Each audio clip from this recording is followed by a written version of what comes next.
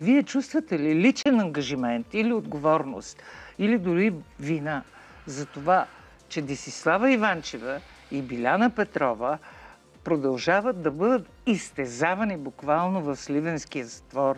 Излязоха снимки на Биляна Петрова от вчера. Тя прилича на затворник от Освенцим. Това е абсолютно безобразие. Аз не знам дали... Ето, вижте, това е... Десислава да не говорим.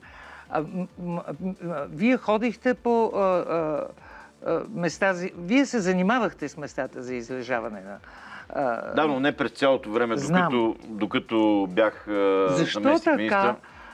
Тези жени продължават да бъдат мъчени там?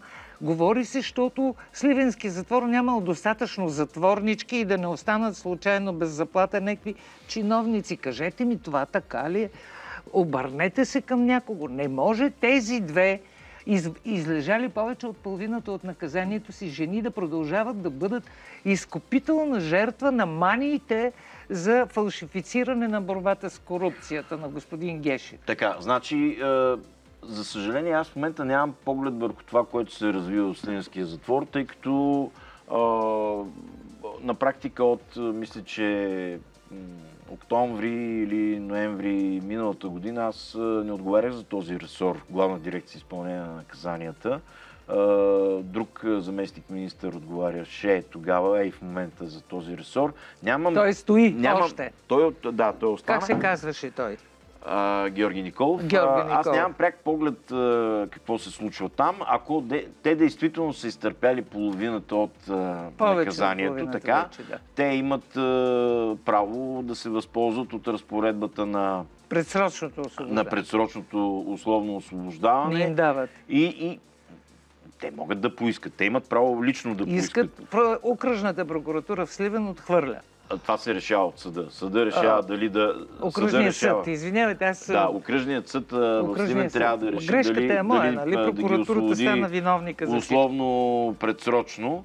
Аз естествено не приемам затворниците да бъдат допълнително репресирани и изтезавани. Самото наказание лишаване от свобода е достатъчно силна репресивна мярка и няма нужда от допълнителни такива. Ако те по някакъв начин са подложени на нечовешко унизително отношение, има различни механизми, по които те да потърсят правата си. Един от тях е да напишат писмо до омбудсмана, който надявам се още не е заминал за Страсбург.